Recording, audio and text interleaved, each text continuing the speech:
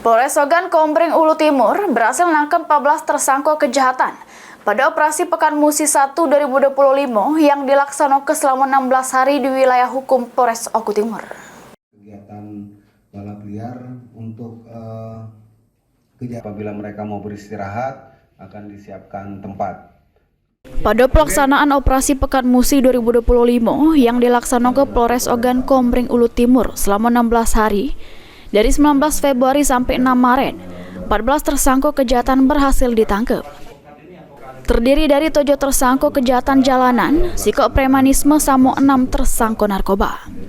Selain menangkap 14 tersangka, selama operasi Pekan, Polres Ogan Timur juga melakukan razia di berbagai tempat hiburan, serta juga melakukan razia minuman keras. Hasilnya, sebanyak 735 botol minuman keras disita oleh Polsek jajaran Polres Ogan Timur.